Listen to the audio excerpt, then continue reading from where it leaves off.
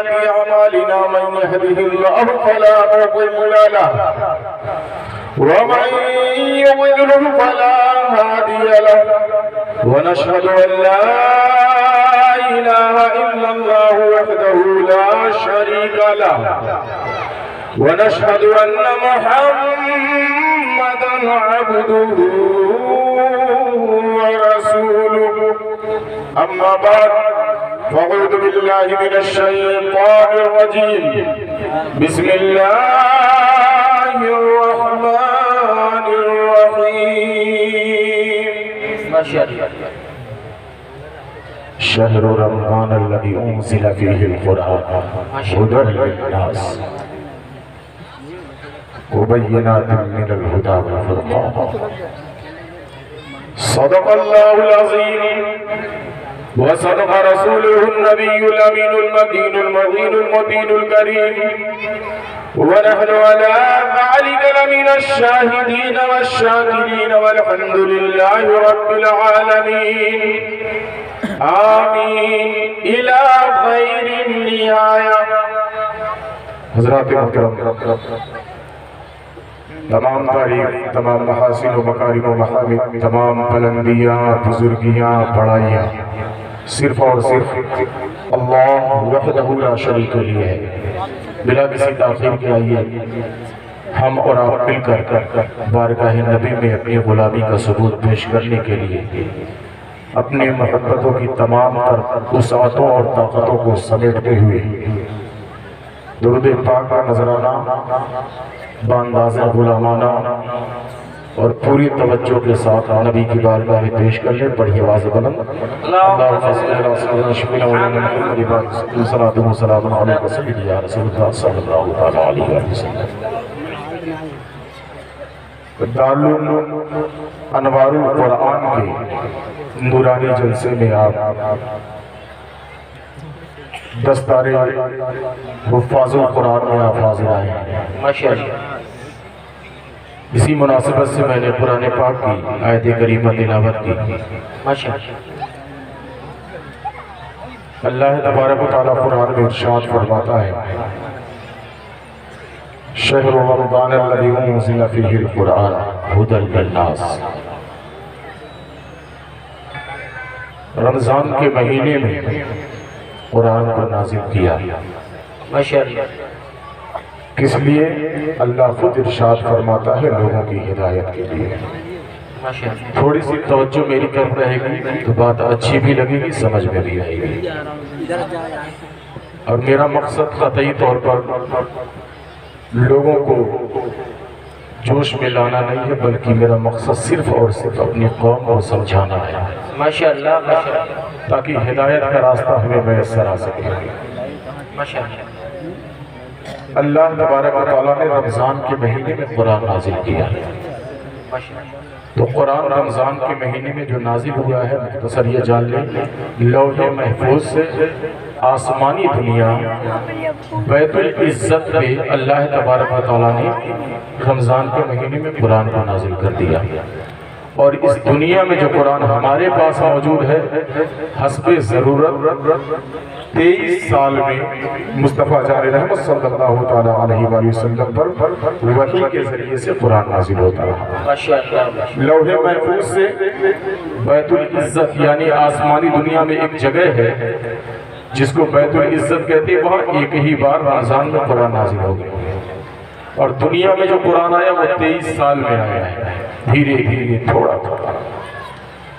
سب سے پہلے سورہ اقرا کی 5 آیتیں آئی اور سب سے آخر میں سود کی آیت آئی ہے. سب سے آخر میں سود والی آیت آئی ہے. دوستان محترم اللہ تبارک و تعالیٰ نے قرآن نازل کیا تو کیوں کیا؟ دنیا میں کوئی چیز ماریج وجود میں آبی ہے تو اس کا مقصد ہوتا ہے. کوئی کمپنی سے نکلتا ہوا اسٹینڈ دیکھ لیتا ہے اسٹینڈ تو ظاہر سی بات ہے سوال کرتا کہ یہ کاہیں بنایا گیا ہے. تو بنانے والے نے سمجھایا ہوگا بھیا موبائل لگا کے ریکارڈنگ کرنا ہے. اس سے موبائل کیوں بنایا گیا ہے؟ امریکہ میں بیٹھے ہوئے اپنے بھائی سے یو پی میں بیٹھ کر آرام سے بات کر سکتے ہو. مائک بنایا گیا، سوال ہوا کیوں بنا؟ تو جواب ملا دھیرے سے بولو دور تک پہنچاؤ، دھیرے سے بولو دور تک پہنچاؤ، آواز کو لاؤڈ کرنے کے لیے، بلند کرنے کے لیے، تیز کرنے کے لیے اس کا ایجاد، تمبو، قنات۔ یہ کیوں بنایا گیا؟ لوگوں کو سروں پر سایہ دینے کے لیے، ہر چیز کا ایک مقصد ہے۔ تو سوال یہ پیدا ہوتا ہے کہ اللہ تبارک و تعالیٰ نے قرآن کو کیوں نازل کیا؟ تو اللہ نے خود اسی آیت میں اس کا جواب دے دیا، ھدی للناس، لوگوں کی ہدایت کے لیے، لوگوں کی ہدایت کے لیے۔ ایک سمپل سی بات ہے، شروع میں ہی آپ سن لو، قرآن میں لوگوں کے لیے ہدایت ہے۔ کہاں ہے؟ ایک ساتھ سب مل کے بولیے، کہاں ہے؟ قرآن۔ ابھی بھی سب لوگ ساتھ مل کرنے بولے، کہاں ہے؟ قرآن بھی بولنا، آپ رے الف نون 40 نے کیا، آپ کا نام ہے ماشاءاللہ ماشاءاللہ۔ ہدایت کہاں ہے؟ قرآن میں۔ ہدایت کہاں؟ قرآن میں۔ تو ہم واٹس ایپ پر کیوں ڈھونڈتے ہیں ہدایت کو؟ پیپر میں کیوں ڈھونڈتے ہیں ہدایت کو؟ فیس بک پر کیوں ڈھونڈتے ہیں ہدایت کو؟ ہم ترقی کو ادھر ادھر بازاروں میں گھوم کر کیوں ڈھونڈتے ہیں؟ اللہ تبارک و تعالیٰ نے فرمایا ہدایت قرآن میں، ہدایت قرآن میں ہے۔ جب ہدایت قرآن میں ہے تو ہدایت ہمیں ملے گی کہاں سے؟ قرآن سے ملے گی۔ بازاروں میں ہمیں ہدایت نہیں ملنے والی ہے، ہدایت ملے گی قرآن میں۔ فیس بک اور واٹس ایپ پر ہمیں ہدایت نہیں ملنے والی ہے، ہدایت ملے گی قرآن میں۔ جملہ سنبھال سکتے ہو تو ڈاکٹروں، انجینئروں، فلاسفروں اور دوسرے علم کو حاصل کرنے والوں، میں یہ نہیں کہتا کہ تمہارا علم برا ہے، اگر ہدایت چاہتے ہو تو تمہیں ہدایت انگلش کی کتابوں میں نہیں ملے گی، ہدایت ملے گی قرآن میں۔ تمہیں ہدایت ملے گی قرآن میں بائیولوجی کی کتاب میں نہیں ملے گی، تمہیں ہدایت ملے گی قرآن میں، تمہیں میتھ کی کتابوں میں نہیں ملے گی۔ ہدایت تمہیں ملے گی قرآن میں، زولوجی کی کتابوں میں تمہیں ہدایت نہیں ملے گی۔ اگر ہدایت چاہتے ہو، اگر کامیاب و کامرانی چاہتے ہو، اگر عروج و مرتبہ چاہتے ہو، عظمت و وقار چاہتے ہو، تو دوستانے محترم وہ سب بعد میں کر لینا، پہلے قرآن اٹھاؤ، ہدایت حاصل کرو تاکہ تمہاری دنیا بھی سمجھ جائے اور آخرت۔ سبحان اللہ سبحان اللہ سبحان اللہ۔ ہدایت ہمیں ملے گی قرآن میں، لیکن آج ہم نے چھوڑا کس کتاب کو ہے؟ اللہ۔ ہم نے چھوڑا کس کتاب کو؟ قرآن کو چھوڑا۔ ہمارے گھروں میں ایمانداری سے بتانا، کتنے گھر ایسے، پورے مجموعے میں کتنے گھر ایسے ہیں جس گھر میں روزانہ قرآن کی تلاوت ہوتی ہے؟ ہاتھ اٹھا کے بتائیے، ایمانداری سے، جھوٹا ہاتھ نہیں، ایمانداری سے۔ مولانا صاحب لوگ دیکھیں، یہ ہماری قوم ہے، یہ مسلمان ہے، یہ ہے نبی کے عاشق۔ برا مت مانیے گا آپ بھی، یہ جو آپ کود کود کر نذرانہ دے رہے ہیں، انعام دے رہے ہیں، یہ کام نہیں آئے گا۔ اللہ اللہ اللہ، آپ کا اچھلنا کام نہیں آئے گا۔ رب تبارک و تعالیٰ اٹھاؤ، الترغیب والترہیب حدیث کی کتاب ہے، علامہ الحلبی لکھتے ہیں کہ جب تک اللہ تبارک و تعالیٰ 5 چیزوں کا سوال نہیں کر لے گا تب تک کسی کو بھی نجات عنایت نہیں کرے گا۔ ان میں سے ایک چیز یہ بھی ہے کہ اللہ فرمائے گا میں نے تمہیں علم دیا تو اس علم کے مطابق تم نے کتنا، کیا بات ہے، سبحان اللہ سبحان اللہ، میں نے تمہیں علم دیا تم نے کتنا اس پر عمل کیا۔ کیا کہو گے پروردگار عالم ہم نے پڑھا نہیں کیا تھا اس کو؟ اللہ اللہ، ہم کب وہ اٹھا کے دیکھا میں نہیں کیا اس کو؟ تاک پہ پڑے پڑے مٹی کھا گئی، کیڑا کھا گیا، کیا جواب دو گے؟ دوستان محترم، یہ قرآن ہماری ہدایت کے لیے ہے، ہماری دنیا بھی سنوارنے کے لیے ہے، ہماری آخرت بھی سنوارنے کے لیے ہے۔ لیکن آج کا مسلمان سمجھنے کے لیے تیار نہیں ہوتا ہے، ماننے کے لیے تیار نہیں ہوتا ہے۔ اور تعجب کی بات ہے، ہمارا ذہن، ہمارے عوام کا ذہن اتنا گندا ہو گیا ہے، آج قوم میں ہم جس کو سب سے نچلا سمجھتے ہیں، سب سے چھوٹا سمجھتے ہیں، سب سے گیا گزرا سمجھتے ہیں، جبکہ حال یہ ہے کہ وہ سب سے اونچا ہے، سب سے بلند ہے، سب سے اعلیٰ رتبے والا ہے، اور ہم جس کو سب سے چھوٹا سمجھتے ہیں وہ صاحب قرآن یعنی حفاظ کو سمجھتے ہیں، مولاناؤں کو ہم چھوٹا سمجھتے ہیں، اپنے معاشرے میں اپنے قابل نہیں سمجھتے ہیں۔ مسلمانوں، اگر یقین نہیں آتا ہے تو ڈاکٹروں کی جماعت دیکھ لو، ہمارے علماء کو بھاؤ نہیں دیتی ہے، انجینئروں کی جماعت دیکھ لو، ہمارے علماء کو بھاؤ نہیں دیتی ہے، ہمارے حفاظ کو بھاؤ نہیں دیتی ہے۔ اللہ اکبر کبیرہ، سن لو مسلمانوں، پوری دنیا کے ڈاکٹروں کو لے آؤ، ایک قبرستان پہ کھڑا کر دو اور ان سے کہو کہ قبر والوں کی نجات کروا دے، قبر والوں کی نجات کروا دے، قبر والوں کی بیماریاں دور کر دے، تو قسم خدا کی لندن سے لے کر امریکہ، امریکہ سے جاپان، جاپان سے چائنا، چائنا سے افغانستان، ایران، دنیا، ہندوستان، جہاں بھی چلے جاؤ، سارے ڈاکٹر آ جائے، سارے فلاسفر آ جائے، سارے انجینئر آ جائے، سارے دوسرے علم حاصل کرنے والے آ جائے، لیکن قسم خدا کی ایک قبر والے سے ایک عذاب بھی نہیں ہٹا سکتے، لیکن ایک حافظ کھڑا بھی نہ ہو اور قبر کے پاس سے گزر جائے تو نبی فرماتے ہیں کہ ایک حافظ کا، ایک عالم کا ایک قبر کے پاس سے گزرنا ہی 40 دن کے لیے اسے عذاب سے بری کر دیتا ہے۔ نعرہ تکبیر، نعرہ رسالت، مشرق اعلی حضرت انوار قرآن کانفرنس، اعجاز قرآن، شان قرآن، حافظ قرآن، واہ واہ واہ، سبحان اللہ سبحان اللہ، بہت عمدہ، واہ واہ واہ، سبحان اللہ، ماشاءاللہ ماشاءاللہ۔ دوستان محترم، ماشاءاللہ، کیا بات ہے، واہ واہ، ماشاءاللہ۔ دوستان محترم، سوچنے والی بات ہے، پوری دنیا، میں نے ایک دو نہیں کہا، اللہ اللہ، پوری دنیا کے ڈاکٹر، انجینئر، فلاسفہ، دوسرا علم رکھنے والے آ جائیں، لیکن ایک قبر والے کے لیے کچھ بھی نہیں کر سکتے۔ کیا بات، کیا بات، لیکن ایک حافظ، ایک عالم وہاں سے گزر بھی جائے تو 40 دن کے لیے عذاب ڈال دیا جاتا ہے۔ اور آج اسی کو ہم بھاؤ، جس کو پلکوں میں بٹھانا چاہیے، جس کو دل میں جگہ دینا چاہیے، جس کے لیے ہمیں اپنی پلکوں کو راستہ بنانا چاہیے، اپنے ارمان کو ان کے راستے میں پھول بنا کر نشاور کرنا چاہیے، آج انہی کو ہم بھاؤ نہیں دیتے ہیں۔ دوستان محترم، اس دنیا میں کتنے دن رہ لوگے؟ اور ایک بات بتا دوں، قرآن اور صاحب قرآن کو چھوڑو گے نا تو زندگی تباہ و برباد ہو جائے گی۔ میں صرف قرآن، صاحب قرآن یعنی حفاظ کو چھوڑنے کی بات چھوڑ دیجئے، صرف قرآن کو چھوڑنے کی وجہ سے میں قرآن سے ہی دلیل لا رہا ہوں کہ ہماری زندگی کس طریقے سے تباہ و برباد ہوگی، ہماری آخرت بھی کس طریقے سے تباہ و برباد ہوگی۔ مسلمانوں، امیر نگر کے مسلمانوں، محمد پور امیر نگر کے مسلمانوں اور دور دراز سے جتنے لوگ بھی آئے ہیں، میری بات ایک ایک جملہ بڑے غور سے سننا، کیونکہ میں دلیل قرآن پاک سے دینے جا رہا ہوں، کیونکہ انوار القرآن کی محفل ہے نا تو دلیل بھی قرآن سے لیتے چلو۔ اللہ اکبر کبیرہ۔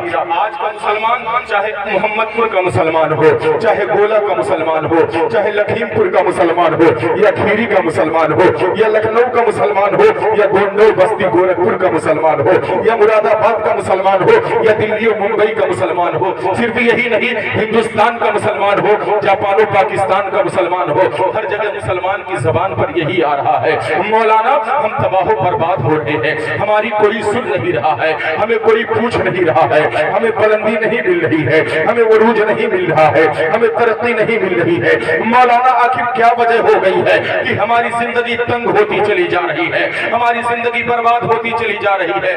محمد پور کے مسلمانوں، ایمان سے بتانا، کیا آج ہماری زندگی تنگ نہیں ہے؟ کیا ہمارے لیے بربادی نہیں ہے؟ کیا ہر سوال حکومت سے کھل کر آپ کر سکتے ہیں؟ کیا اپنی ہر جائز مانگ حکومت سے منوا سکتے ہیں؟ ارے حکومت تو بہت بڑی بات ہے، پولیس چوکی میں اپنی بات منوا کے دکھا دو۔ ارے پولیس چوکی بھی بڑی بات ہے، تمہارے محلے میں جو کانسٹیبل آتا ہے اس سے اپنی بات منوا کے دکھا دو۔ ایک کانسٹیبل جو کبھی ہمارے دروازوں کی چوکی داریاں کیا کرتا کرتا تھا, ہمارے دروازے پر بیٹھ کر, زمین پر بیٹھ کر ہمارے ٹکڑوں پہ پلا کرتا تھا. آج وہ ہمیں آگ دکھاتا ہے.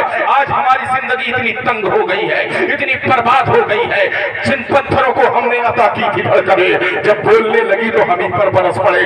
آج ان کی لاٹھیاں ہمارا سر ہوتا ہے, ان کی گالیاں ہمارا وجود ہوتا ہے, ان کے تانے ہیں ہماری قوم ہے مسلمانوں, ہماری بہو بیٹیاں ہیں ان کے عزت لوٹنے والے ہیں. آج دوسری قومیں مسلمانوں کو تخت و تاراج کرنے پر لگی ہوئی ہے, مسلمانوں کو برباد کرنے پر لگی ہوئی ہے. لیکن مسلمان صرف یہ سوال کر رہا ہے کہ مولانا ہم کیوں برباد ہیں, مولانا ہم کیوں تاراج کیے جا رہے ہیں, مولانا وہاں کے لوگوں پر جہاں بمباری ہو رہی ہے وہاں پر مسلمانوں کی مدد کیوں نہیں ہو رہی ہے, اللہ تبارک و تعالیٰ اپنی نصرت و حمایت کیوں نہیں بھیج رہا ہے, اللہ تبارک و تعالیٰ غیب سے کوئی مدد کیوں نہیں شامل حال کر رہا ہے. ان کے بچے ہاں مسلمانوں بن کے دھماکوں میں اڑتے چلے جا رہے ہیں, بہنوں کو پکڑ کر عزت لوٹا جا رہا ہے, ماؤں کی گود خالی ہو رہی ہے, بچے بھی پکار رہے ہیں, مائیں بھی چیخوں پکار لگا رہی ہے, ہاں خاندان تباہ و برباد ہو رہے ہیں. اور ایک بات سب سے بڑی بات یہ سن لو مسلمانوں, دنیا میں 52 ملک مسلمانوں کے, 52 ملک مسلمانوں کے مسلمان تباہ ہو رہا ہے. ہاں ترکی خاموش ہے, مسلمان تباہ ہو رہا ہے, سعودیہ خاموش ہے, مسلمان تباہ و برباد ہو رہا ہے, انڈونیشیا خاموش ہے, مسلمان برباد ہو رہا ہے, وینزویلا خاموش ہے. میں پوچھنا چاہتا ہوں ایک مسلمانوں کی حمایت کے لیے دوسرے مسلمان کیوں نہیں کھڑے ہو رہے ہیں؟ آخر ہماری زندگی برباد کیوں ہوتی جا رہی ہے؟ تو جواب لے لو کہاں سے. قرآن پاک ہے, قرآن پاک کا 16واں پارہ ہے, سورہ طٰہٰ شریف ہے. سورہ طٰہٰ شریف میں آیت نمبر 124 پر اللہ تبارک و تعالیٰ ارشاد فرماتا ہے, ذرا دھیان لگا کے سننا. اللہ ارشاد فرماتا ہے, بسم اللہ الرحمن الرحیم, ومن اعرض عن ذکری فإن له معیشۃ ضنکا. ماشاءاللہ ماشاءاللہ. اللہ فرماتا ہے ومن اعرض, اور جو میرے ومن اعرض عن ذکری, اور جو میرے ذکر سے بچے ہٹے اعراض کرے. اللہ اللہ اللہ. جو میرے ذکر سے, قرآن پاک میں کئی جگہ پر اللہ تبارک و تعالیٰ نے اپنے اس کلام کو قرآن کو ذکر کہا, نحن نزلنا الذکر, ماشاءاللہ. ہم نے ذکر کو نازل کیا, وَإِنَّ لَهُ لَحَافِظُونَ, اور اس ذکر یعنی قرآن کی حفاظت کرنے والے ہمیں. سبحان اللہ. ذکر سے مراد قرآن بھی ہے, ذکر سے مراد نماز بھی ہے. جی جی واقعی نماز قائم کرے میرے ذکر کے لیے. ماشاءاللہ. ذکر سے مراد قرآن, لیکن فرسٹ نمبر پر ذکر سے مراد قرآن. اللہ فرماتا ہے جو میرے ذکر سے اعراض کرے, بچے, ہٹے, دور جائے, بھاگے, جو میرے ذکر کو نہ اپنائے, جو میرے ذکر کو اپنی زندگی میں نہ شامل کرے, اللہ فرماتا فَإِنَّ لَهُ, تو ان کے لیے, تو اس کے لیے فَإِنَّ لَهُ, تو اس کے لیے معیشتاً ضنکا, تباہی والی زندگانی ہے. اللہ اللہ اللہ. یہ قرآن میں ہے. اللہ فرماتا ہے جو میرے ذکر سے بھاگے, جو میرے ذکر کو چھوڑے, جو میرے ذکر سے دور ہٹے, جو میرے ذکر سے اعراض کرے, جو میرے ذکر کو اپنی زندگی میں شامل نہ کرے, فَإِنَّ لَهُ, تو اس کے لیے بے شک معیشتاً ضنکا, تنگ زندگانی ہے. برباد زندگی ہماری ہے, ہماری مدد نہیں ہو رہی, ہماری آواز سننے کے لیے کوئی تیار نہیں, ہماری فریاد پر کوئی کان دھرنے کے لیے تیار نہیں.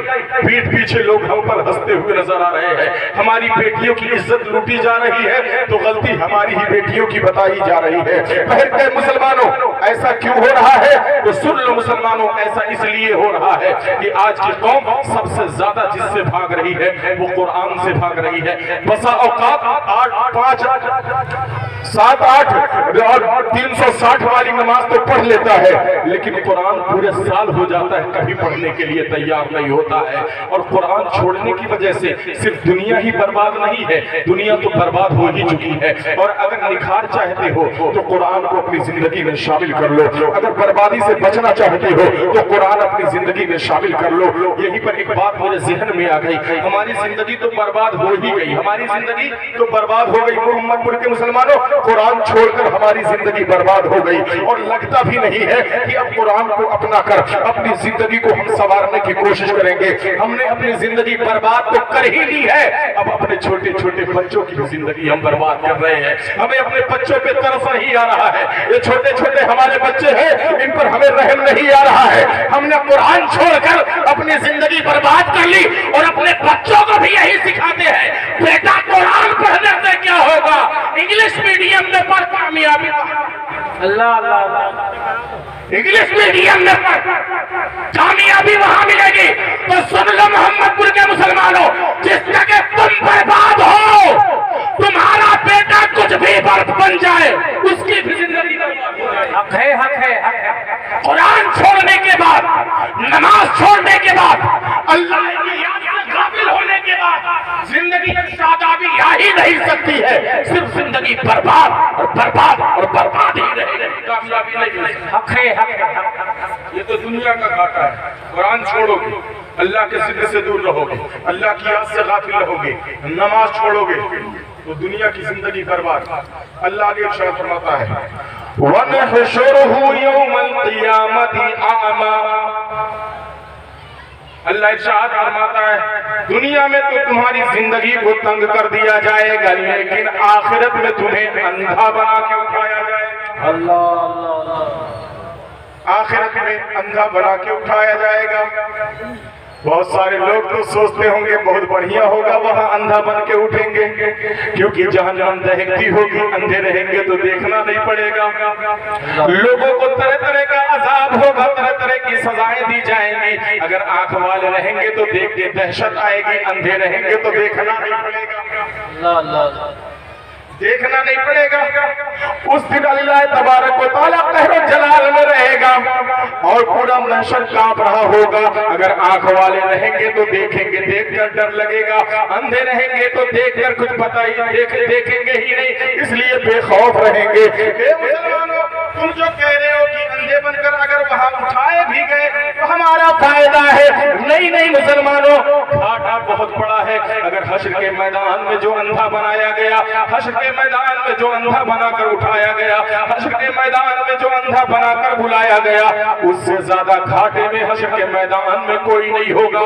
جملہ سنبھال سکتے ہو، جہنمی بھی اس سے زیادہ فائدے میں ہوگا۔ ہاں مسلمانوں، جس پر اللہ کا قہر نازل ہوا ہوگا، جو جہنم میں جا رہا ہوگا، وہ بھی اس سے زیادہ فائدے میں ہوگا جو اندھا بنا کے اٹھایا جائے گا۔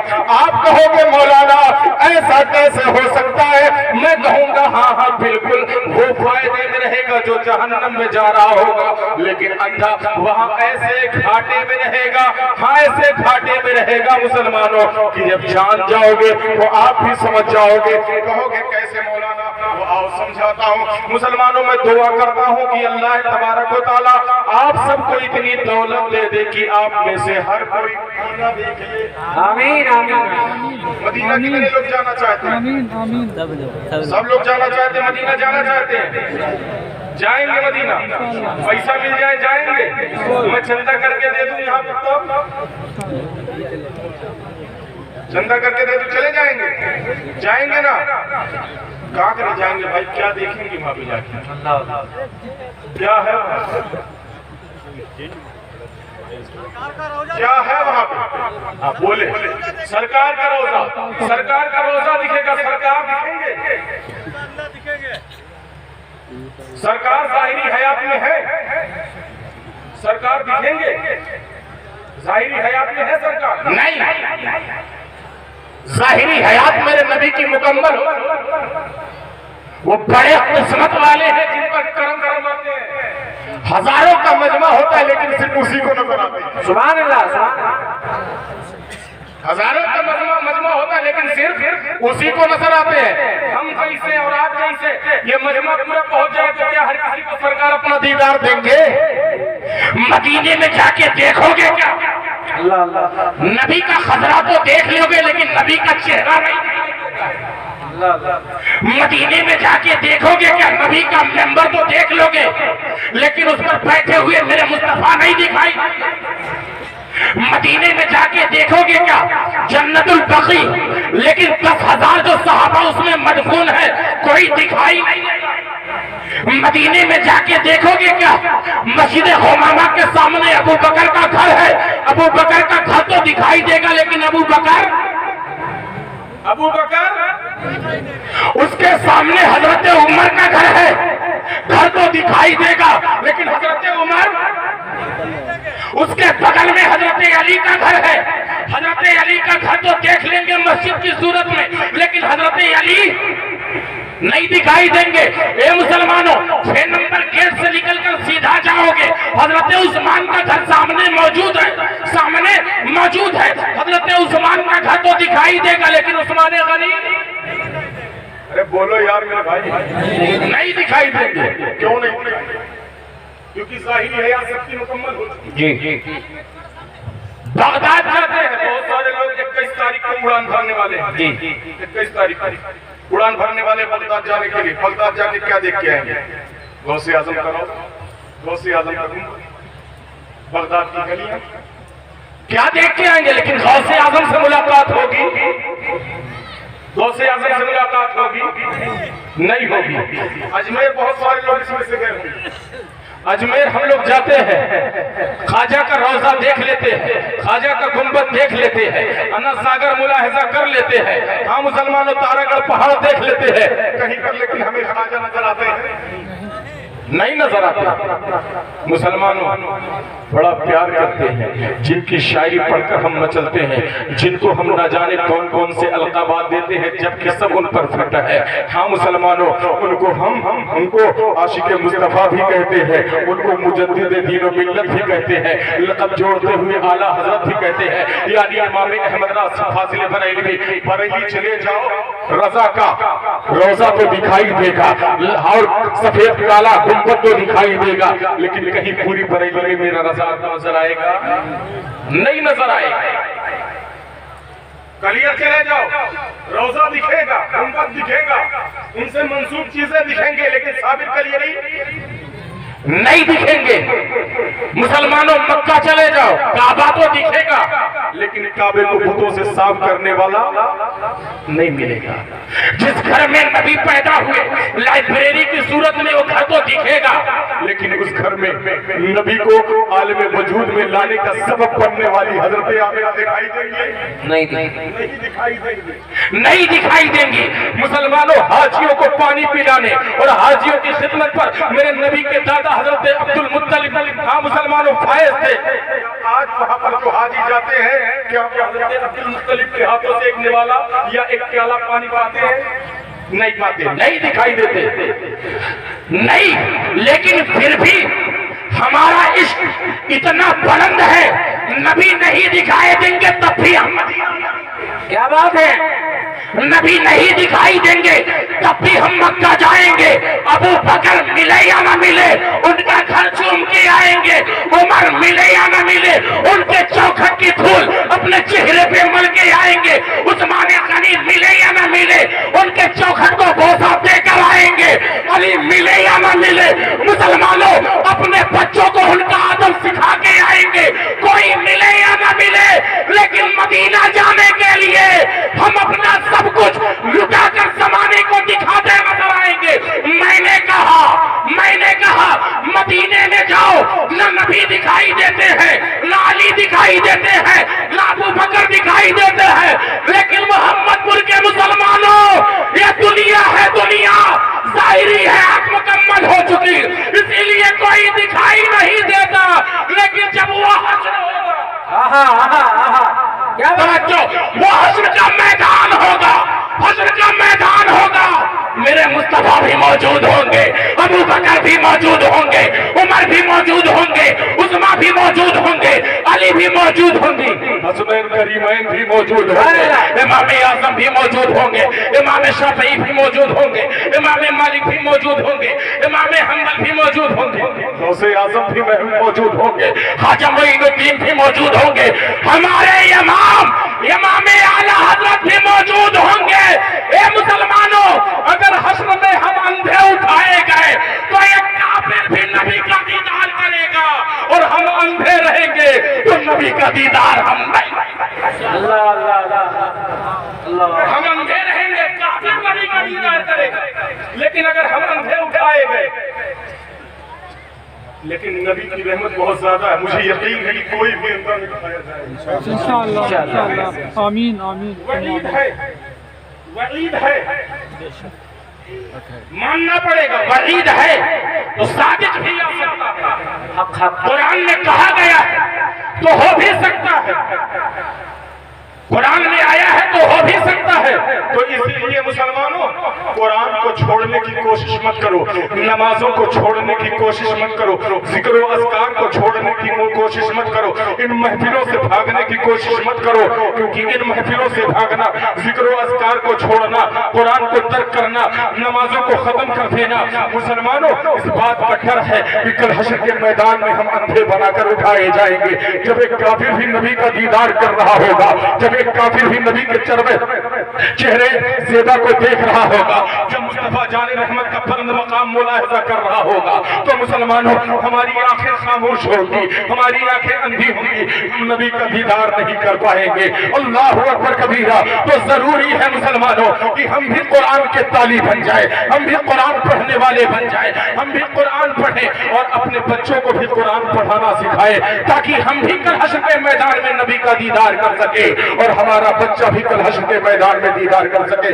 میں مانتا ہوں کہ بہت خوبصورت شخصیت آ رہی ہے، لیکن اس وقت میں بیٹھا ہوں پوری دنیا میں سب سے خوبصورت ماشاءاللہ اور بہتر کو چھوڑ کر کمتر کو نہیں دیکھنا چاہیے۔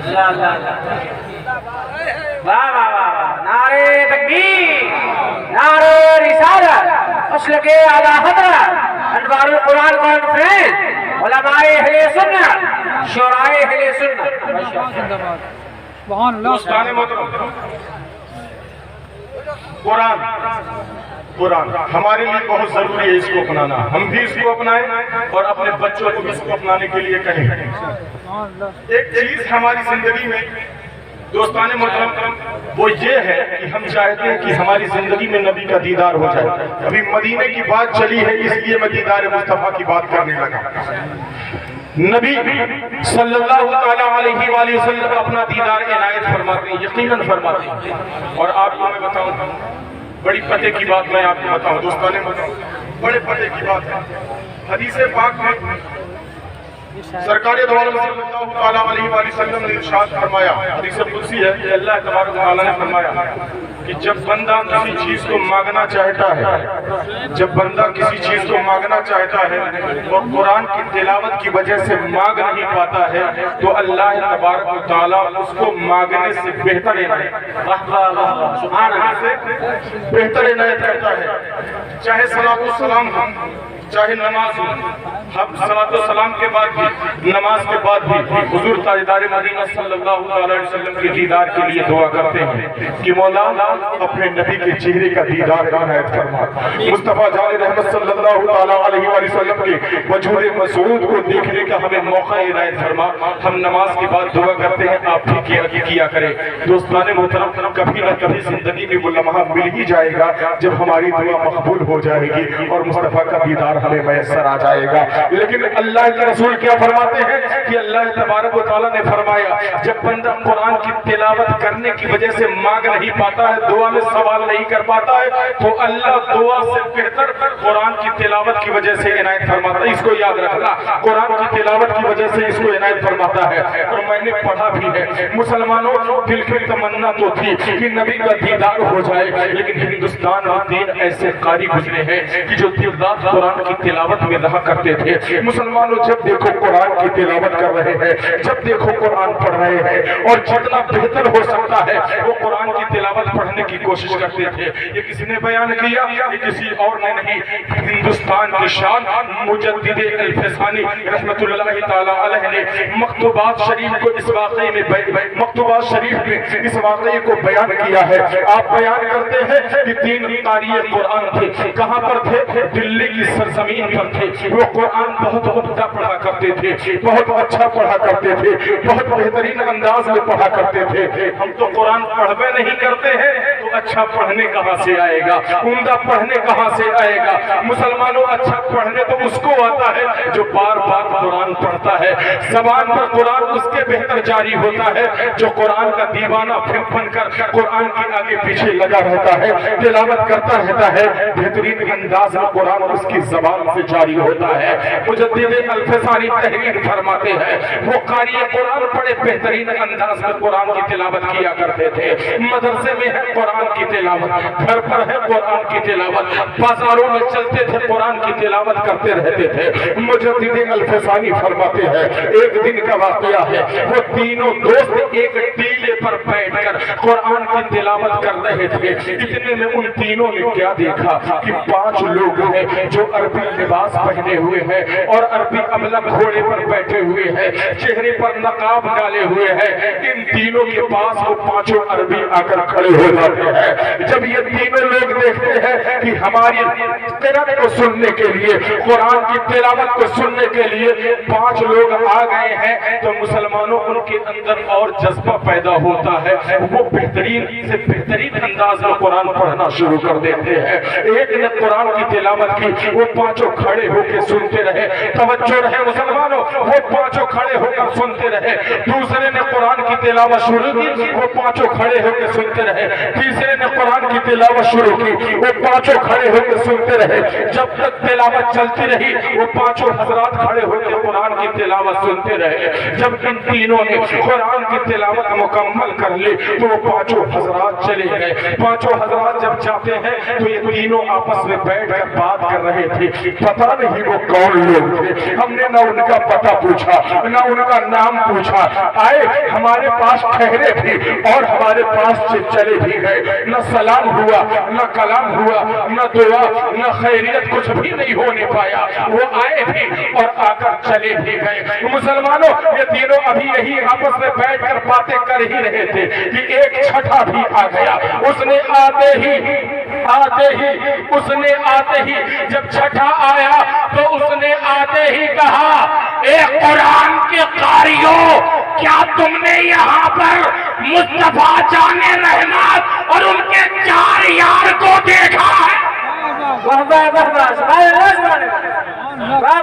اے قرآن کے قاریوں, کیا تم نے مصطفیٰ جان رحمت اور ان کے 4 یار کو دیکھا ہے؟ کیا تمہارے پاس ابھی 75 آئے تھے؟ 5 لوگ تمہارے پاس آئے تھے. قاریوں کی آنکھ نکل گئی, چیخ نکل گئی. یعنی وہ جو 5 ہمارے قرآن کی تلاوت بیٹھ کر سن رہے تھے وہ کوئی اور نہیں, آمینہ کا لال تھا. اللہ اکبر, یا رسول اللہ,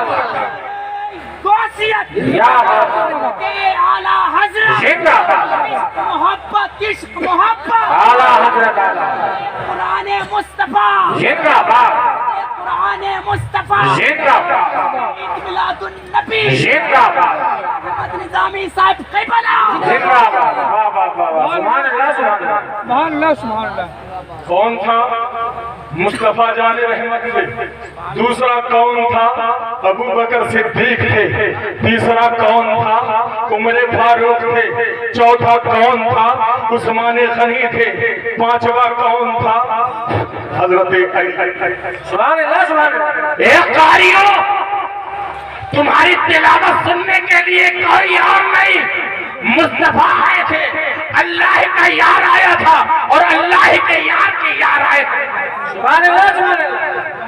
سبحان اللہ. ان کے تو تن میں جیسے جان ہی نہیں. اللہ, مصطفیٰ آئے تھے, وجود کو دیکھ لیا, مصطفیٰ کا پہناوا کو دیکھ لیا, وجود مضبوط کا دیدار کو دیکھ کر لیا, لیکن نبی کے چہرے کا دیدار نہ کر پائے.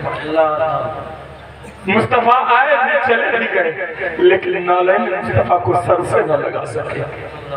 کتنا درد ہوا ہوگا وہ. لیکن نبی آئے تھے. یہ کوئی اور نہیں, ہندوستان کا ایسا ولی لکھ رہا ہے جس نے اکبر کے دین الہی کو مجمع کر لیا. تنہا ٹکرایا پوری اکبریت سے. کیا بات.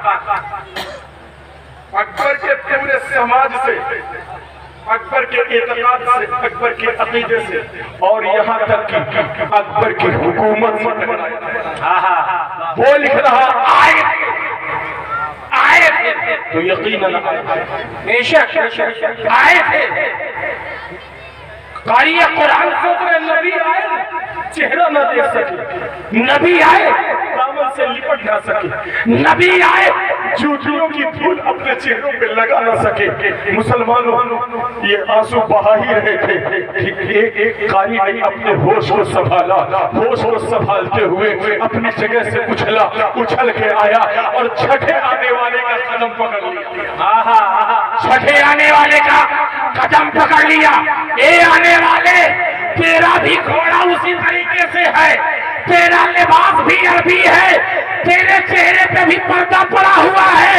نبی آئے چلے گئے، قسمت نے ساتھ نہیں دیا اس لیے دیدار نہ کر سکے۔ ایک چھٹے آدمی، تو بھی تو عربی دکھائی دیتا ہے، تو بتا دے کون ہے، تو اپنا چہرہ دکھا دے کون ہے۔ چھٹے نے اپنے چہرے سے نقاب الٹا اور نقاب الٹنے کے بعد کہا، اسی ناچیز کو نبی کا غلام ابو ہریرہ کہتے ہیں۔ نعرہ تکبیر، نعرہ رسالت، مسلک اعلیٰ حضرت، شان مصطفیٰ، غلامان مصطفیٰ، اعجاز قرآن، شان قرآن، واہ واہ واہ، سبحان اللہ۔ اسی غلام کو چھٹے آنے والے نے کہا، میں کوئی اور نہیں، دعائے مصطفیٰ، عطائے مصطفیٰ، ابو ہریرہ، واہ واہ واہ، میں ابو ہریرہ ہوں۔ ایک قاریوں، آخری بات ذرا جان، ایک قاریوں، کل کی بات ہے، کل کی بات ہے، مصطفیٰ جان رحمت صلی اللہ علیہ وآلہ وسلم نے اپنی محفل سجائی۔ محفل میں مصطفیٰ جان رحمت نے ابو بکر کو بلایا، ابو بکر کو بلانے کے بعد عمر کو بلایا، عمر کو بلانے کے بعد عثمان کو بلایا، عثمان کو بلانے کے بعد علی کو بلایا، اور بن بلائے میں پہنچ گیا، بن بلائے میں پہنچ گیا۔ میرے مصطفیٰ نے فرمایا، اے ابو بکر، اے علی، اے عثمان، اے عمر، میں ہندوستان جا رہا ہوں، میں ہندوستان جا رہا ہوں، میں ہندوستان جا رہا ہوں۔ ابو بکر نے ادب سے کہا تھا، یا رسول اللہ، آپ ہندوستان جا رہے ہیں تو ہندوستان جانے کی کوئی وجہ ہوگی۔ میرے مصطفیٰ نے فرمایا، اے ابو بکر، عثمان و علی، سنو سنو، ہندوستان میں میری کتاب قرآن کے پڑھنے والے 3 قاری ہیں جو بڑے بہترین انداز میں، دلکش انداز میں، اچھے انداز میں مجھ پر نازل ہونے والی کتاب قرآن کی تلاوت کرتے ہیں۔ اے ابو بکر، ان کو ان کی تلاوت کا صلہ دینے کے لیے ان کی تلاوت میں خود سننے جا رہا ہوں۔ واہ واہ واہ، نعرہ تکبیر، نعرہ رسالت، مسلک اعلیٰ حضرت، سرکار کی آمد، اعجاز قرآن، انوار قرآن کانفرنس، جس کی دستار بندی، سبحان اللہ۔ میں ان کی تلاوت خود سننے جا رہا ہوں۔ ابو بکر نے کہا، یا رسول اللہ، جب وہ قاری آپ کے اتنے پیارے ہیں تو جس سے آپ پیار کرتے ہیں وہ میرا بھی پیارا ہے۔ عمر نے کہا، یا رسول اللہ، وہ میرا بھی پیارا ہے۔ عثمان نے کہا، یا رسول اللہ، وہ میرا بھی پیارا ہے۔ علی نے آگے بڑھ کر کہا، یا رسول اللہ، وہ میرا بھی پیارا ہے۔ ابو بکر نے پیچھے سے کہا، یا رسول اللہ، اس پیاری جماعت میں، اس پیاری ٹولی میں، یا رسول اللہ، مجھ غلام کو بھی شامل کر لیجیے، مجھ غلام کو بھی شامل کر لیجیے۔ ایک قاری قرآن میں آنے میں لیٹ اس لیے ہو گیا کہ مصطفیٰ جہاں سے گزر رہے تھے، نقش مصطفیٰ کا میں بوسہ لیتے ہوئے چل رہا، اس لیے میں آنے میں لیٹ ہو گیا۔ پتہ کیا چلا مسلمانوں، قرآن کی تلاوت، قرآن کا پڑھنا، قرآن کا استعمال کرنا، قرآن کو اپنے پاس لانا، قرآن کو اپنی زندگی میں شامل کرنا اتنا فائدہ مند ہے کہ اگر آپ میں ہاں مسلمانوں افضل ہوا، بہتر ہوا، اچھا ہوا، اور مدینے والے کی یہ بات پسند آ گئی تو مدینے والا آ کر صرف وہاں سے سن کر نہیں بلکہ آپ کے گھر میں آ کر میرا نبی آپ کے گھر کو رشک جنت میرا نبی قرآن پڑھنے والوں کو بھی نوازتا تھا، اور جہاں قرآن پڑھی جاتی ہے مسلمانوں وہاں اللہ کے فرشتے تو آتے ہی۔ جی جی ایک آخری حدیث بیان کرنا، آخری حدیث سرکار دو عالم صلی اللہ علیہ وسلم، حدیث لمبی ہے اس لیے اس کا مفہوم بیان کرنا۔ سرکار دو عالم صلی اللہ علیہ وسلم کے ایک صحابی ہیں حضرت اسید بن حضیر رضی اللہ تعالیٰ عنہ، کیا نام ہے؟ اسید بن حضیر، اسید بن حضیر رضی اللہ تعالیٰ عنہ، ان کا بیٹا تھا یحییٰ جو پالنے میں تھا، جھولے میں تھا، جھولے میں پڑا ہوا تھا، رات کا سما تھا۔ یہ کہاں ہے؟ یہ بخاری میں بھی ہے، مسلم میں متفق علیہ حدیث ہے، بخاری مسلم دونوں میں بھی ہے۔ وہ سید بن حضیر کہتے ہیں کہ میں نے اپنے بیٹے یحییٰ کو پالنے میں رکھ دیا، جھولے میں رکھ دیا، رات کا وقت تھا، رات کافی گزر چکی تھی، میں اٹھا، میں نے پہلے نماز ادا کی، نماز ادا کرنے کے بعد قرآن لے کر بیٹھ گیا اور سورہ کہف کی میں نے تلاوت شروع کر دی، سورہ بقرہ کی تلاوت شروع کر دی۔ مسلمانوں حضرت اسید بن حضیر کہتے ہیں میں نے قرآن کی تلاوت شروع کر دی، ادھر میں قرآن پڑھتے چلا جا رہا ہوں، ادھر میرا گھوڑا بھجکتا چلا جا رہا ہے، میں قرآن کی تلاوت آگے بڑھاتا چلا جا رہا ہوں، ادھر میرا گھوڑا کودنا شروع کر دیتا ہے۔ حضرت اسید بن حضیر کہتے ہیں میں نے کہا اگر میرا گھوڑا اسی طرح بھجکتا رہا تو بغل میں میرا بیٹا یحییٰ سو رہا ہے، یہ گھوڑا اس کو نقصان پہنچا دے گا۔ حضرت اسید بن حضیر کہتے ہیں میں نے قرآن کی تلاوت کو بند کیا، قرآن کی تلاوت کو موقوف کیا اور اپنے کمرے سے نکل کر باہر آیا تاکہ اپنے بچے کو دیکھو۔ حضرت اسید بن حضیر کہتے ہیں کہ جیسے ہی میں اپنے حجرے سے باہر نکلا تو میں نے نگاہ کو آسمان کی طرف اٹھایا تو دیکھ کر میں سہم گیا، کیونکہ آسمان سے زمین تک، آسمان سے زمین تک، آسمان سے زمین تک مجھے سایہ ہی سایہ نظر آ رہا تھا، اور ایسا محسوس ہو رہا تھا کہ اس سائے میں چراغ روشن ہے، روشنی پھوٹ رہی تھی۔ حضرت اسید بن حضیر کہتے ہیں میں اپنے بیٹے کو گھر میں لے کے چلا گیا، جب صبح کی سفیدی نمودار ہوئی، فجر کی نماز ادا کر لی گئی، میں بارگاہ رسالت میں پہنچا اور میں نے عرض کیا یا رسول اللہ صلی اللہ علیہ وآلہ وسلم، رات میں میرے ساتھ ایسا معاملہ ہوا کہ میں قرآن کی تلاوت کر رہا تھا، میرا گھوڑا بھجک رہا تھا، میں نے قرآن کی تلاوت بند کی، آسمان کی طرف دیکھا تو مجھے ایسا نظر آیا۔ اب مصطفیٰ کا جواب ملاحظہ کرو، اے مسلمانوں، یہ صرف صحابیوں کے لیے نہیں ہے بلکہ دوسری حدیثیں گواہی دیتی ہیں کہ ہر امتی کے لیے ہے۔ میرے مصطفیٰ فرماتے ہیں اے حسین ابن حضیر، یہ وہ اللہ کے فرشتے تھے، اللہ کے وہ فرشتے تھے، جب جب قرآن کی تلاوت کی جاتی ہے تو اللہ کے فرشتے قرآن کی تلاوت کو سننے کے لیے حاضر ہو جایا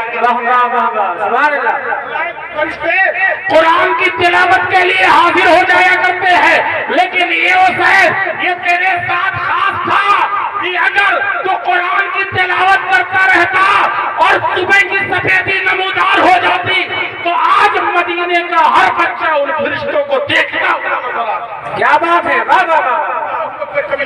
مسلمانوں پتہ کیا چلا؟ قرآن کی تلاوت سے ہمارے گھروں سے فرشتے آتے ہیں، ہم نے تلاوت نہ کر کے اپنے گھروں سے فرشتوں کو بھگا دیا، ہم نے تلاوت نہ کر کے اپنی زندگی کو تنگ بھی بنا لیا، ہم نے تلاوت نہ کر کے مصطفیٰ جان محمد صلی اللہ علیہ وسلم کے دیدار کا راستہ بند کر دیا، ہم نے تلاوت نہ کر کے اپنی آخرت کو بھی برباد کرنے کا سامان مہیا کر لیا۔ مسلمانوں، ایک قرآن چھوڑنے کی وجہ سے، ایک قرآن سے دور ہونے کی وجہ سے سوچو کتنے طرح کی برائیاں اور پریشانیاں ہمارے زندگی میں شامل ہو رہی ہے۔ مسلمانوں، جو سن کر سمجھ کر چھوڑ دیتا ہے، سدھر جاتا ہے، وہی عقل مند ہوتا ہے۔ وہی بہتر ہوتا ہے، وہی اچھا ہوتا ہے، ہاں مسلمانوں وہی دانش مند کہلاتا ہے۔ تو آپ سے گزارش کروں گا محمد پور کے مسلمانوں، کیونکہ نبی کی زبان سے نکلا ہے، حضرت عثمان رضی اللہ تعالیٰ عنہ سے راوی ہے، خیرکم من تعلم القرآن وعلمہ۔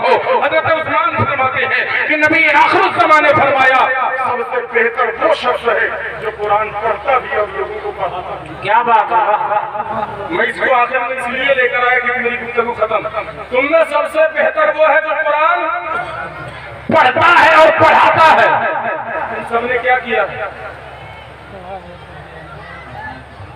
کیا کیا ہے؟ جو اسٹیج پر بیٹھے ہوئے انہوں نے کیا کیا؟ قرآن پڑھا بھی ہے اور پڑھا بھی رہے ہیں۔ بے شک بے شک، ماشاء اللہ۔ تو نبی نے کیا کہا؟ تم میں سب سے بہتر کیا بات ہے! ادھر ہے، کوئی ادھر ہے، ادھر کرتا ہے۔ تم میں سب سے بہتر خیرکم، تم میں سب سے بہتر وہ جو قرآن پڑھتا ہے پڑھاتا ہے۔ جملہ لے لو، بات ختم۔ جس کو نبی نے بہتر بنایا، اگر اس کو تم بدتر بناؤ گے تو تمہاری دنیا بھی بدتر ہو جائے گی، آخرت بھی بدتر۔ واہ واہ واہ واہ، حق ہے حق ہے، واہ واہ! جس کو نبی نے بہتر بنایا وہ بہتر تھا، بہتر ہے، قیامت تک حشر میں بھی بہتر ہی نظر آئے گا، کیونکہ اللہ یہی سے کہے گا قرآن پڑھتے جاؤ، جنت پہ قبضہ جماتے جاؤ۔ یہ بہتر ہے، بہتر تھے، بہتر ہی رہیں گے۔ اس کو قوم کتنا بھی بدتر اور برا کرنا چاہے برا نہیں کر سکتی۔ اللہ تبارک و تعالیٰ کی بارگاہ میں دعا ہے کہ اللہ تبارک و تعالیٰ ہمیں قرآن پاک سمجھنے، پڑھنے، سمجھنے، اسی کے مطابق عمل پیرا ہونے کی اللہ ہمیں توفیق و رفیق عطا فرمائے۔ اور میں نے جتنی بھی باتیں کہی ہیں رب کی بارگاہ میں دعا ہے کہ رب تبارک و تعالیٰ سب سے پہلے مجھے اس پر عمل کی توفیق عطا فرمائے۔ وآخر دعوانا الحمدللہ رب العالمین، استغفر اللہ ربی من کل ذنب و اتوب الیہ۔ السلام علیکم ورحمۃ اللہ۔